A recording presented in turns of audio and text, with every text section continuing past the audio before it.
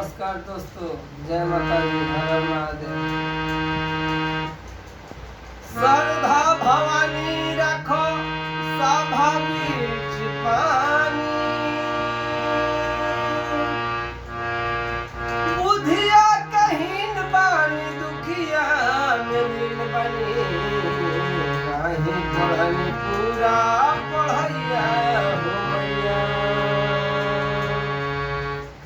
कौन फुलवा ओढ़न देबो, कौन फुलवा दासन मैया महारानी हो, कौन फुलवा सरहो सिंगार,